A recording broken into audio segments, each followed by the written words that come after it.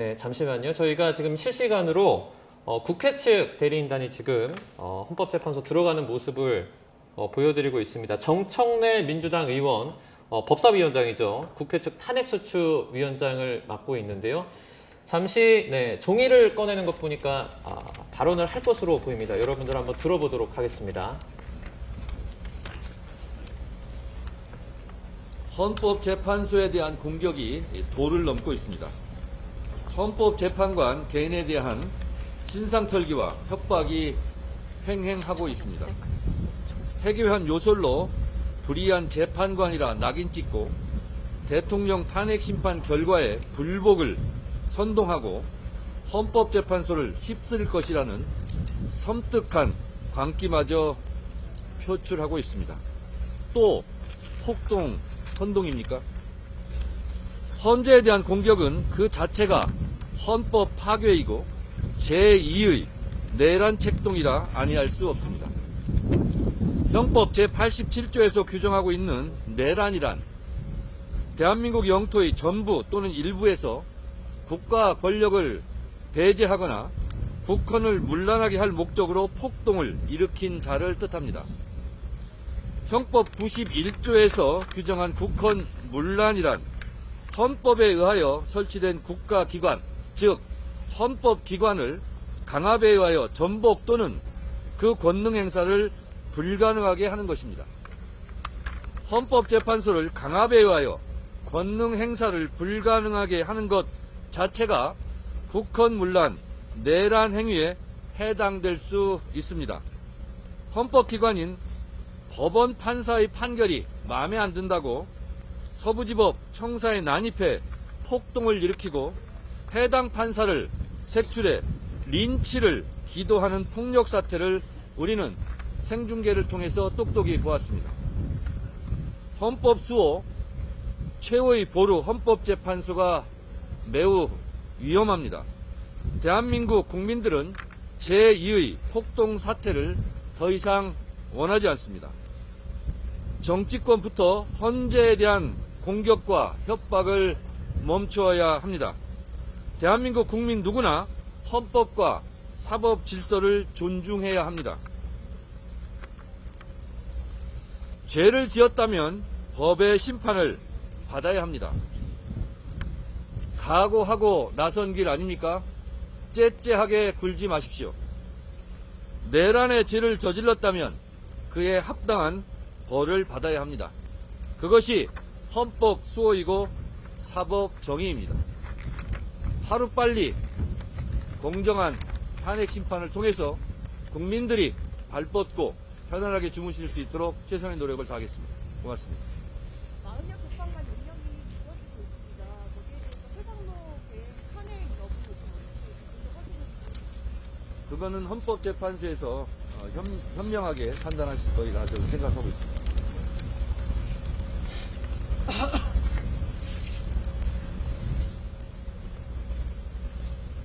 윤석열 대통령은 비상계엄을 선포하면서 반국가 세력을 일거에 척결하겠다는 명분을 내세웠습니다. 쟁점 법안의 처리와 예산 삭감 등으로 윤석열 정부와 대립하던 국회와 야당은 졸지에 반국가 세력이 되었습니다. 대통령과 국회는 모두 국민의 선거로 선출되는 민주적 정당성을 가진 국가기관입니다. 대통령과 국회 및 사법부 사이에는 상호 견제와 균형의 원리가 작동합니다. 집권당과 야당 간의 대립, 국회의 정부에 대한 견제는 상권분립을 기초로 하는 대의민주주의 아래에서는 헌법이 애정하고 있는 자연스러운 정치 현상의 하나일 뿐입니다. 그것이 과열될 때면 대화와 타협이라는 정치로 풀어내야 합니다. 국회는 헌법이 정한 입법권의 틀 내에서 입법 활동을 통해 대통령과 정부의 권한에 대한 견제 역할을 수행했습니다.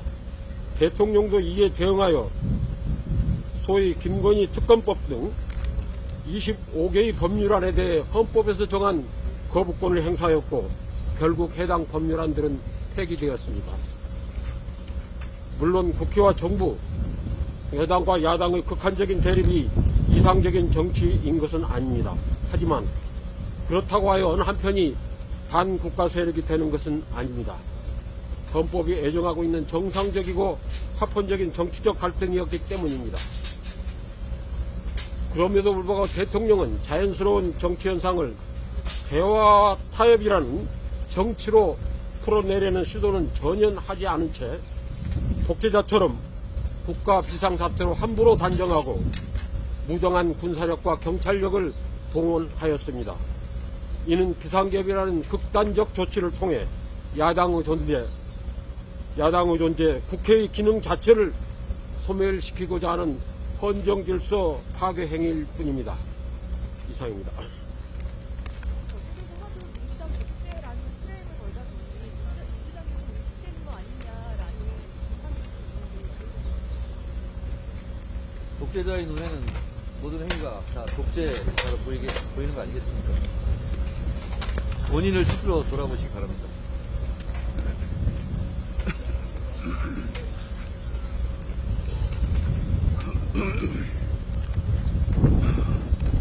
오늘은 대통령 탄핵 심판 사건의 제5회 변론 기일입니다. 피청구인 윤석열 대통령이 지난해 12월 3일 난데없이 비상계엄을 선포해서 대한민국이 극심한 혼란에 빠져든 지가 이제 63일, 2달이 넘었습니다. 오늘은 청구인 국회 측 신청 증인 3명의 증언이 예정되어 있습니다. 이를 통해서 비상계엄 선포 전후의 사실관계가 명백하게 구체적으로 밝혀질 것을 기대합니다.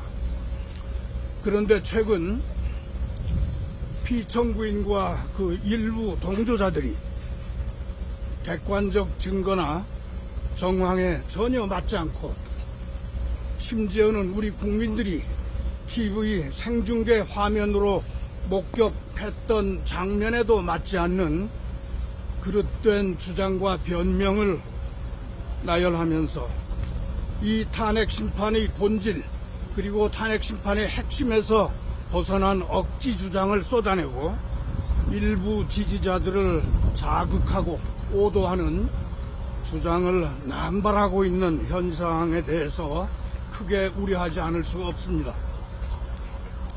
피청구인 측은 제21대 총선 그리고 제22대 총선 투표의 재검증까지 거듭 요청하면서 선거관리위원회 선거관리 시스템의 점검 필요성이 있고 그것이 비상계엄 선포의 이유라고 주장하고 있습니다.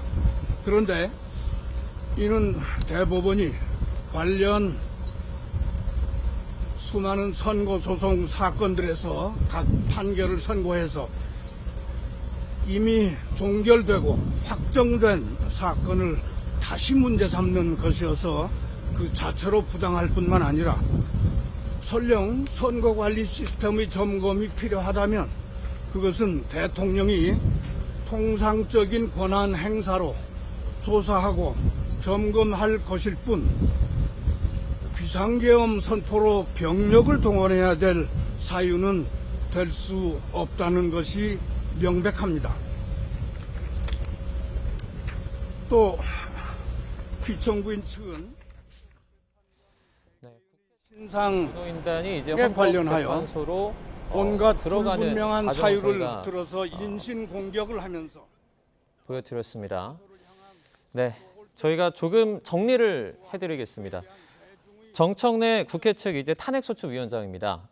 헌법재판소에 대한 공격이 도를 넘고 있다. 헌법재판관 개인에 대한 어떤 신상털기가 횡행하고 헌재에 대한 공격은 이 자체만으로도 두 번째 내란이다라고 언급을 했습니다. 김희수 전 헌법재판소장은 이제 국회와 야당이 졸지에 반국가 세력으로 전락을 했으며 야당과 국회의 기능 자체를 소멸시키려고 한다라며 탄식의 목소리를 내기도 했습니다. 송두환 전 인권위원장은 비상계엄의 선포로 대한민국의 혼란이 60일이 넘어서 63일이 넘었다라고 말을 했고요. 오늘 3명의 증언 윤 대통령 5차 변론기일에 출석할 3명의 그 증인들이 예정이 되어 있는데 사실관계를 밝히길 바란다. 이렇게 말을 했습니다. 김희수 전 헌법재판소장이랑 송도한 전 인권위원장은 지금 국회 측의 탄핵소추 대리인단 공동대표를 맡고 있습니다. 네, 교수님 저희가 계속해서 좀 여쭤보겠습니다. 이제 한 35분 정도 뒤에 윤 대통령의 탄핵 변론기일 5차가 이제 시작이 되는데 오늘 있을 5차 변론기일의 가장 쟁점은 어떤 거라고 볼 수 있을까요? 오늘 그 출석해서 증언할 것으로 그 예정되어 있는 증인들은 이진우 수방사령관, 여인영 정 방첩사령관, 홍장원 전 국정원 1차장인데요. 네. 이 세 사람들은 그 체포조 운영과 관련된 사람들입니다. 네. 그래서 그 이진우 전 수방사령관이나 홍장원 전 국정원 1차장은 그 직접 윤 대통령한테 직접 그 어떤 그러니까 홍장원 전 국정원 1차장은 직접 비화폰으로 그런 그 체포하라는 그런 지시를 받았다. 다 싹 다 잡아들여라. 뭐 이런 말을 들었다라고 증언을 했고, 네. 그리고 이진우 수방사령관은 국회 안에 이제 문을 부수고 들어가고 유리창 도끼로 뭐 이렇게 문을 부수고 들어가고 그리고 다 끌어내라. 총이라도 쏴서 다 끌어내라. 뭐 이런 어떤 그 말을 윤 대통령으로부터 직접 들었다. 이렇게 이제 진술을 했었거든요. 네. 이것이 이제 계엄 해제 요구권을 행사하는 것을 막기 위해서 그 국회의 어떤 의결권 행사 방해를 위한 그런 국회의원을 끌어내라고 하는 지시. 그래서 이게 내란죄의 어떤 이 구속 요건에 해당하는 그런 내란 목적과도 관련이 돼 있고요.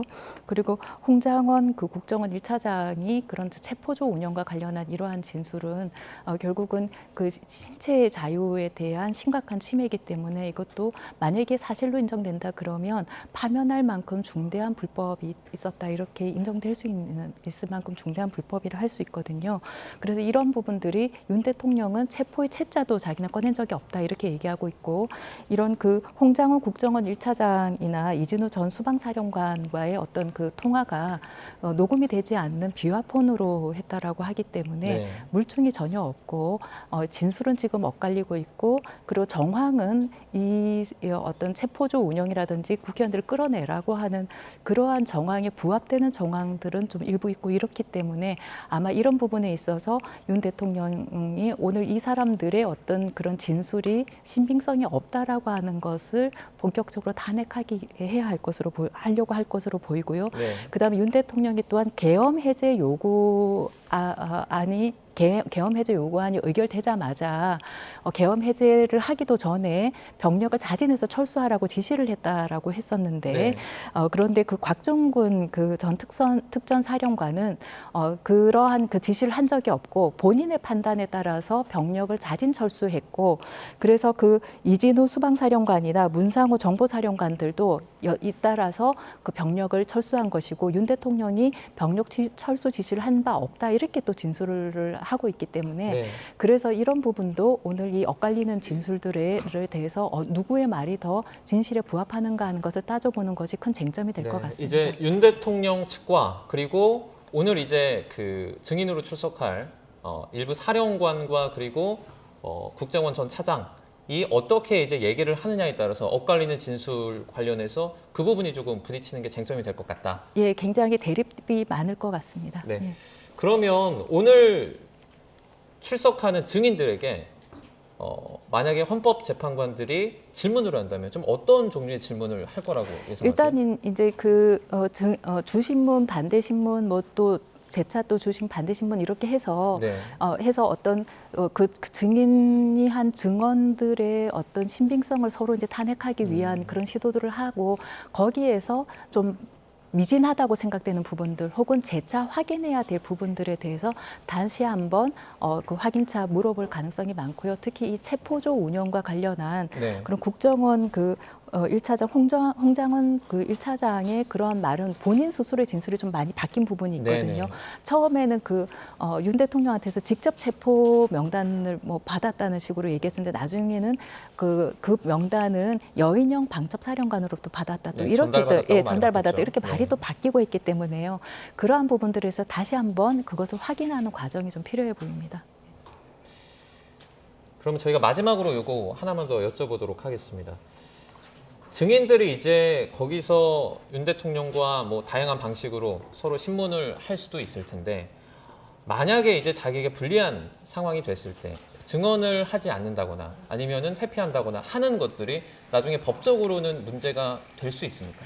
법적으로는 공식적으로 문제되지는 않는데요. 네네. 우리가 그 헌법상 그 진술 거부권이라고 하는 것이 헌법의 명문으로 규정이 되어 있고, 이것은 기본권으로 보장되는 것이라서 권리로서 행사할 수는 있습니다. 근데 다만 그런 그 진술 거부권을 행사하는 방식이나 그런 그 증인의 태도나 이런 것들은 전반적으로 그런 판단을 하는 재판관들한테 일정한 신증을 형성할 수는 있습니다. 네. 그렇기 때문에 그런 부분에 있어서 증언 거부권을 행사할 때에도 신중하게 아마 행사해야 될 것으로 보입니다. 네, 저희 이런 가운데 저희 현장에 취재 기자가 지금 나가 있는데요. 현장의 모습을 다시 한번 좀 연결해서 정리를 해보도록 하겠습니다. 김철희 기자 나와주시죠. 네, 헌법재판소에 나와 있습니다. 네. 이제 오늘 변론이 언제부터 시작이 되고 어떤 내용이 쟁점으로 떠오를지 하나씩 좀 짚어보도록 하겠습니다. 전해주시죠. 네, 본격적인 재판은 오후 2시부터 시작되니까 30분 정도가 남았습니다. 윤 대통령은 조금 전 헌법재판소에 도착해 변론에 직접 참여할 준비를 하고 있는데요. 처음 30분 동안 지난 기일 뒤 추가로 제시할 의견 등을 청취하고 증인 신문이 이어질 예정입니다. 90분 간격으로 이진우 전 수도방위 사령관과 여인영 전 방첩 사령관, 홍장원 전 국정원 1차장이 차례로 신문에 나섭니다. 세 사람은 국회 측 증인이기 때문에 국회 쪽에서 먼저 주신문을 하고요. 이후 윤 대통령 측에서 증언의 신빙성 등을 따져 묻는 반대 신문을 하게 됩니다. 오늘 변론은 윤 대통령 탄핵 심판의 분수령으로도 꼽히는데요. 오늘 등장하는 증인 모두 윤 대통령에게 불리한 진술을 내놓을 가능성이 크기 때문입니다. 특히 마지막에 등장할 홍장원 전 차장은 국회에서 주요 인사 체포조 관련해 작심 발언을 쏟아내기도 했었는데요. 직접 들어보시겠습니다. 방첩사를 지원하라는 대통령의 지시가 있다고 하면서 방첩사에서 한동훈과 이재명을 잡으러 다닙니다 라고 말씀드리니까 내일 아침에 얘기하자고 말씀하셨고, 저 대통령 좋아했습니다. 시키는 거 다 하고 싶었습니다. 그런데 그 명단을 보니까 그거는 안 되겠더라고요. 윤석열 대통령이 국회의장과 여야 대표를 체포하도록 협조를 지시했다는 취지의 증언인데요. 그간 국회의원을 끌어내라고 지시한 적도 체포 지시도 없었다는 윤 대통령 주장과 정면으로 배치됩니다. 이진우 전 사령관 입에도 이목이 쏠립니다. 검찰 조사 결과 윤 대통령은 계엄 당시 이진우 전 사령관에게 총을 쏴서라도 문을 부수고 들어가서 국회의원들을 끌어내라는 취지로 지시한 것으로 파악됐습니다. 이 밖에도 여인영 전 방첩 사령관 역시 정치인 체포 등을 위해 주도적으로 움직였던 인물인 만큼 대통령에게 불리한 증언이 나올 가능성이 큽니다. 다만 두 사람은 내란 중요 임무에 종사한 혐의 등으로 구속 기소돼 있어 형사재판을 이유로 증언을 거부할 수도 있습니다. 한편 대통령 측은 어제 김봉식 전 서울경찰청장을 증인으로 추가 신청했습니다. 지금까지 31명을 증인으로 신청한 건데요. 실제 채택된 증인은 국회 측과 대통령 측 모두 7명씩입니다. 이 가운데 이상민 전 행정안전부 장관은 공동으로 신청된 중복되는 증인이고요. 채택된 증인 가운데 건강 이상을 호소하는 조지호 경찰청장을 빼면 아직 불출석 의사를 밝힌 사람은 없습니다. 헌재는 이후 기일을 진행하면서 추가로 증인을 채택할지 여부를 정할 것으로 보입니다. 지금까지 헌법재판소에서 YTN 김철입니다. 그런 가운데 저희 현장에 취재 기자가 지금 나가 있는데요. 현장의 모습을 다시 한번 좀 연결해서 정리를 해보도록 하겠습니다. 김철희 기자 나와주시죠. 네, 헌법재판소에 나와 있습니다. 네. 이제 오늘 변론이 언제부터 시작이 되고 어떤 내용이 쟁점으로 떠오를지 하나씩 좀 짚어보도록 하겠습니다. 전해주시죠. 네, 본격적인 재판은 오후 2시부터 시작되니까 30분 정도가 남았습니다. 윤 대통령은 조금 전 헌법재판소에 도착해 변론에 직접 참여할 준비를 하고 있는데요. 처음 30분 동안 지난 기일 뒤 추가로 제시할 의견 등을 청취하고 증인 신문이 이어질 예정입니다. 90분 간격으로 이진우 전 수도방위 사령관과 여인영 전 방첩 사령관, 홍장원 전 국정원 1차장이 차례로 신문에 나섭니다. 세 사람은 국회 측 증인이기 때문에 국회 쪽에서 먼저 주신문을 하고요. 이후 윤 대통령 측에서 법정에서 증언의 신빙성 등을 따져 묻는 반대 신문을 하게 됩니다. 오늘 변론은 윤 대통령 탄핵 심판의 분수령으로도 꼽히는데요. 오늘 등장하는 증인 모두 윤 대통령에게 불리한 진술을 내놓을 가능성이 크기 때문입니다. 특히 마지막에 등장할 홍장원 전 차장은 국회에서 주요 인사 체포조 관련해 작심 발언을 쏟아내기도 했었는데요. 직접 들어보시겠습니다. 방첩사를 지원하라는 대통령의 지시가 있다고 하면서 방첩사에서 한동훈과 이재명을 잡으러 다닙니다 라고 말씀드리니까 내일 아침에 얘기하자고 말씀하셨고, 저 대통령 좋아했습니다. 시키는 거 다 하고 싶었습니다. 그런데 그 명단을 보니까 그거는 안 되겠더라고요. 윤석열 대통령이 국회의장과 여야 대표를 체포하도록 협조를 지시했다는 취지의 증언인데요. 그간 국회의원을 끌어내라고 지시한 적도 체포 지시도 없었다는 윤 대통령 주장과 정면으로 배치됩니다. 이진우 전 사령관 입에도 이목이 쏠립니다. 검찰 조사 결과 윤 대통령은 계엄 당시 이진우 전 사령관에게 총을 쏴서라도 문을 부수고 들어가서 국회의원들을 끌어내라는 취지로 지시한 것으로 파악됐습니다. 이 밖에도 여인영 전 방첩사령관 역시 정치인 체포 등을 위해 주도적으로 움직였던 인물인 만큼 대통령에게 불리한 증언이 나올 가능성이 큽니다. 다만 두 사람은 내란 중요 임무에 종사한 혐의 등으로 구속 기소돼 있어 형사재판을 이유로 증언을 거부할 수도 있습니다. 한편 대통령 측은 어제 김봉식 전 서울경찰청장을 증인으로 추가 신청했습니다. 지금까지 31명을 증인으로 신청한 건데요. 실제 채택된 증인은 국회 측과 대통령 측 모두 7명씩입니다. 이 가운데 이상민 전 행정안전부 장관은 공동으로 신청된 중복되는 증인이고요. 채택된 증인 가운데 건강 이상을 호소하는 조지호 경찰청장을 빼면 아직 불출석 의사를 밝힌 사람은 없습니다. 헌재는 이후 기일을 진행하면서 추가로 증인을 채택할지 여부를 정할 것으로 보입니다. 지금까지 헌법재판소에서 YTN 김철입니다.